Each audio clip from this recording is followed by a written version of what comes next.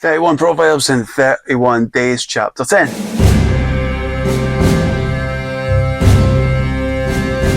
Proverbs chapter 10 verse 4, it says, "Slack hand causes poverty, but the hand of the diligent makes rich. He who gathers in summer is a prudent son, but he who sleeps in harvest is a son who brings shame." My hair's a riot today, man. I look like I've got like a 70s style bouffon going on. So this is one of them kind of hard to swallow pills that you get in the Proverbs. It's basically saying like your financial condition might be your fault. And there's this massive trend right now of blaming or oppression of the rich and all that stuff. And it's like, and the Bible doesn't really give us anywhere to go in that. It just sort of says, hey, go do the work. And in plenty of other places in the Bible where work is affirmed, Paul says if a man doesn't work, don't let him eat. There's really no quarter given. And for dreamers like me, this has been kind of a problem in the past. I always worked, and then I get married and there wasn't really an option. I had to work. Didn't always work to my capacity. I think when you don't do that, you can kind of see things sliding out of the way. But if you've got a dream, doesn't mean you can't follow it. In fact, you should follow it, but you still got to do the work. Got to do the work of trying to achieve the dream so the dream becomes a paycheck. But you got to do the work outside of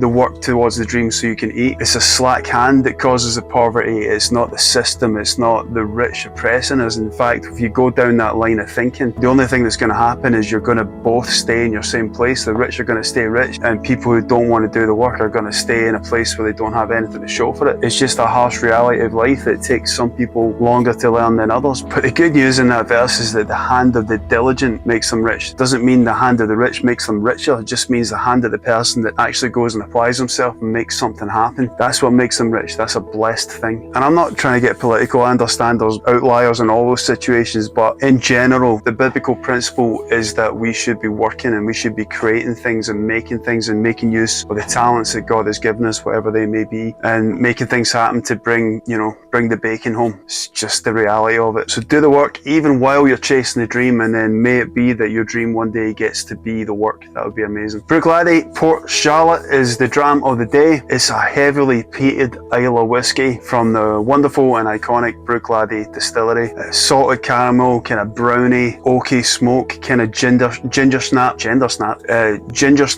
then a really nice kind of warming finish. It's fantastic whiskey. I've got a wee bottle of that myself. So sip it slowly, ruminate, don't be mad at me, I'm just the messenger, and enjoy. Slainte Mhath. Tomorrow, chapter 11.